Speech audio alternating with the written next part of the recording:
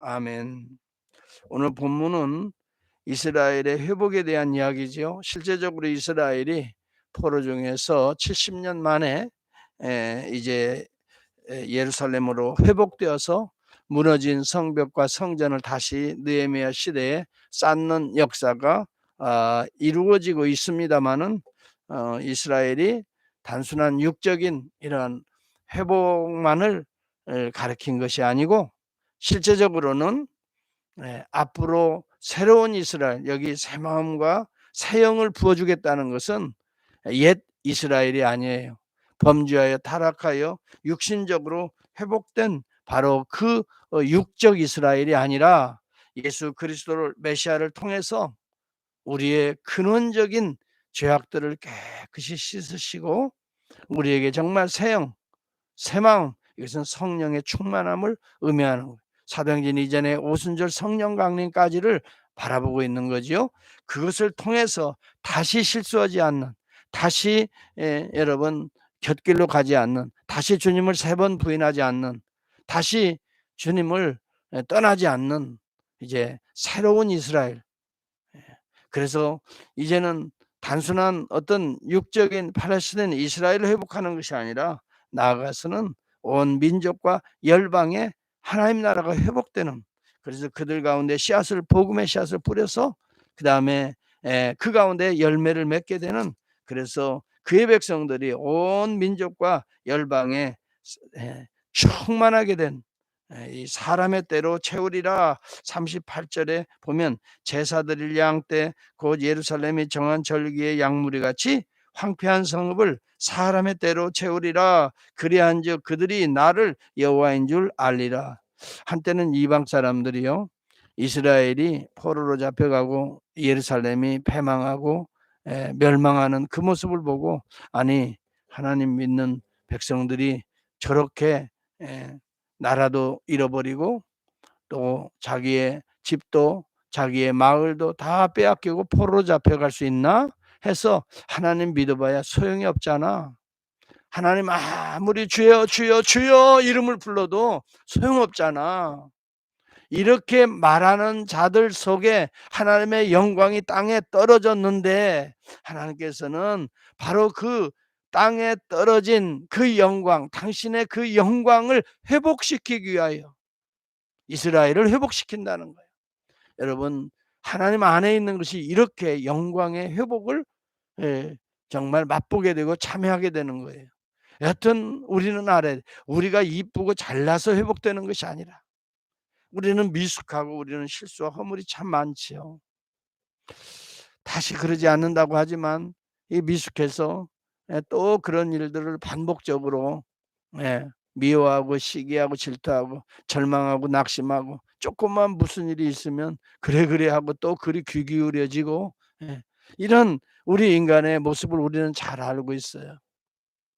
그래서 우리의 모습을 보아서는 사실은 우리가 뭔가 회복되기가 어려운, 정말 모든 사람이 죄를 범하였음에 하나님의 영광에 이르지 못하더니 맛볼 수 없으니, 그래서 예수 그리스도를 통해서 우리는 완전히 새 마음과 새 영, 하나님의 성령으로 충만하게 되지 아니하면 우리는 다시 옛 모습으로 돌아갈 수밖에 없는 어리석은 저희들이 되어질 수밖에 없어요. 그러나 중요한 것은 하나님은 당신의 영광을 땅에 떨어뜨리시지 않는다는 것 때문에 우리는 회복되는 것입니다.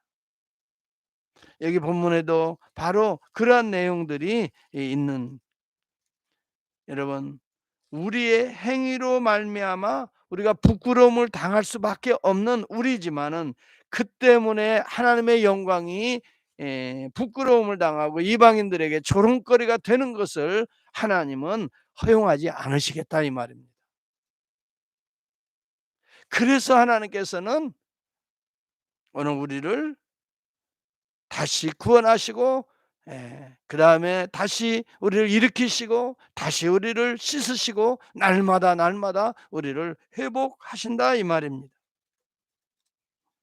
여러분, 다시 수치를 당하지 않도록, 왜?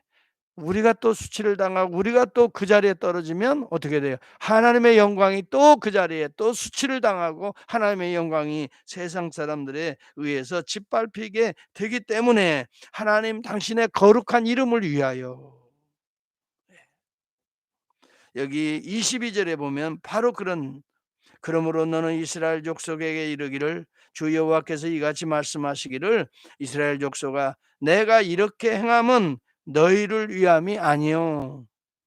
여러분, 순간순간마다 아직도 버리지 못한 우상 숭배에 빠지고 아직도 완전히 못 박지 못한 자존심 그 하나 때문에 얼마나 마음이 상하고 상처받고 상처 주고, 우리는 그런 우리의 이런 행함을 가지고서는 도무지 회복될 수 없는 정말 소망 없는 존재예요. 우리 자신을 그래서 절대 믿으면 안 됩니다. 우리 자신을 보면은 소망 없어요. 네. 그 사람을 보면 아유 정말 기대했다가 또 무너지는 거예요. 사람을 보면은 우리는 소망 없어요. 여러분이 다른 사람을 봐도 그렇지, 그렇죠? 여러분들이 다른 사람을 아유 좀 믿을 만하면 또 그렇고 또 그렇고, 여러분이 다른 사람을 볼 때 그런 생각 들죠? 그런데 반대로 다른 사람들이 여러분들을 볼 때 또 그런 생각을 하게 돼요. 그래서요 우리는 알아야 돼요. 서로 불쌍히 여기는 일밖에 없어요.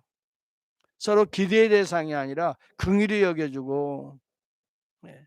그럼에도 불구하고 그 속의 역사는 하나님의 하나님의 역사를 우리가 깊이 있게 터치하지 아니하면 우리는 사람 보고는 기대할 수 없고 사람 보고는 화목해질 수도 없고, 왜? 내 자신부터가 여러분 부끄러운 존재인데 어떻게 진정한 의미에서 화목이 이루어지고 신뢰가 회복되고 그럴 수 있어요?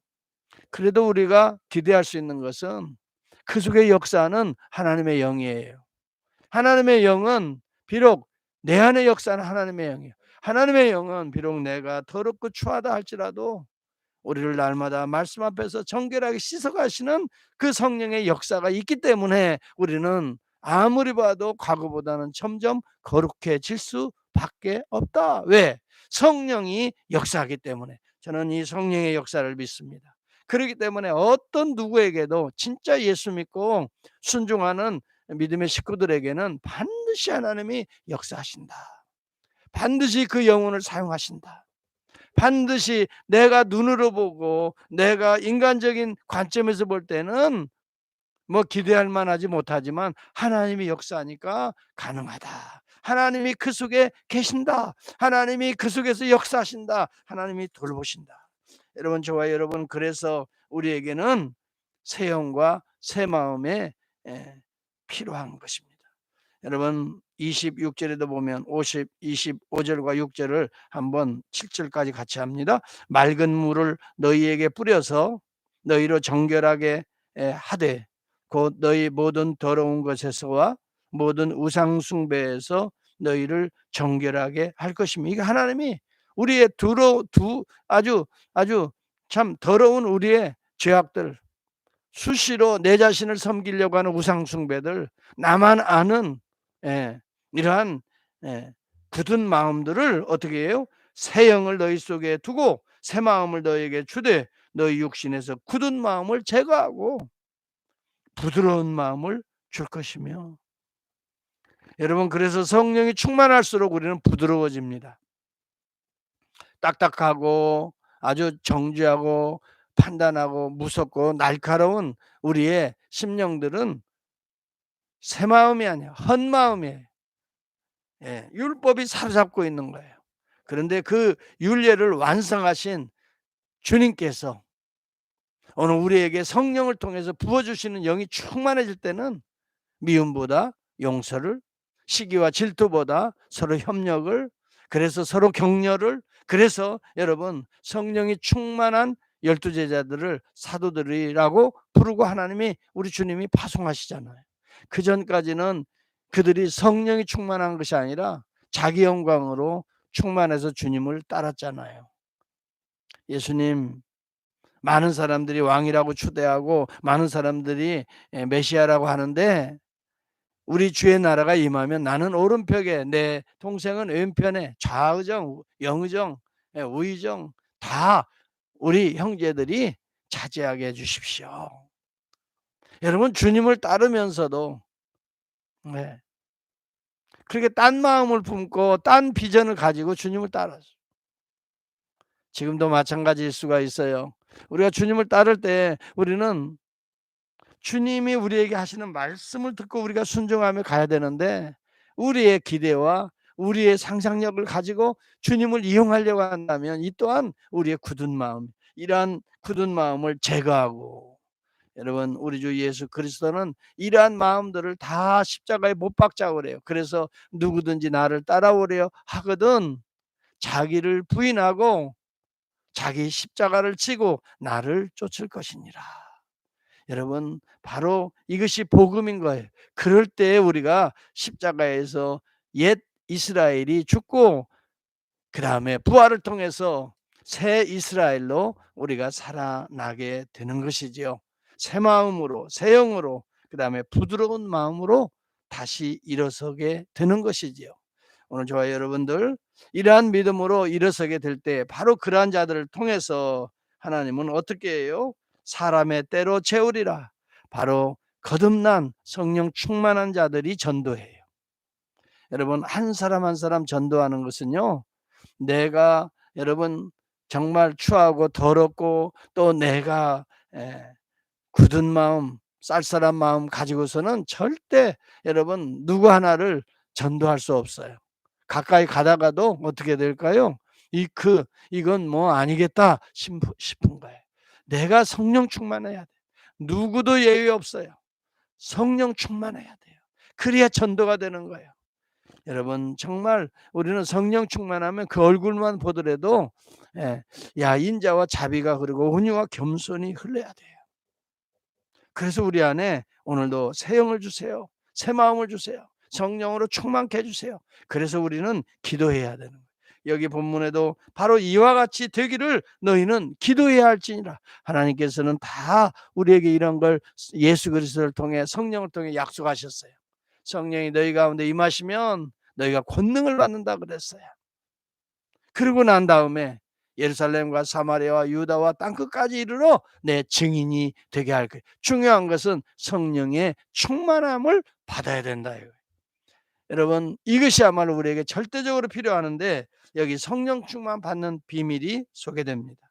37절입니다. 주 여호와께서 이같이 말씀하시는 그래도 이스라엘 족속이 이와 같이 자기들에게 이루어 주기를 내게 구하여야 할지라 내가 그들의 수요를 양떼같이 많아지게 하리라. 여러분 우리 주님이 이런 예언의 약속의 말씀들을 이렇게 우리에게 던져주시면 이것을 붙들고 어떻게 해야 돼? 이것이 내 안에서 이루어져 달라고 기도해야 된다 이 말이에요. 여러분 은혜의 말씀들이 성경의 매 구절마다 있어요. 심판 가운데에도 항상 소수의 남은 자들 통한 구원이 약속되어 있잖아요. 에레미야도 그렇죠. 이사야도 두말할 것도 없죠. 에스겔도 마찬가지죠.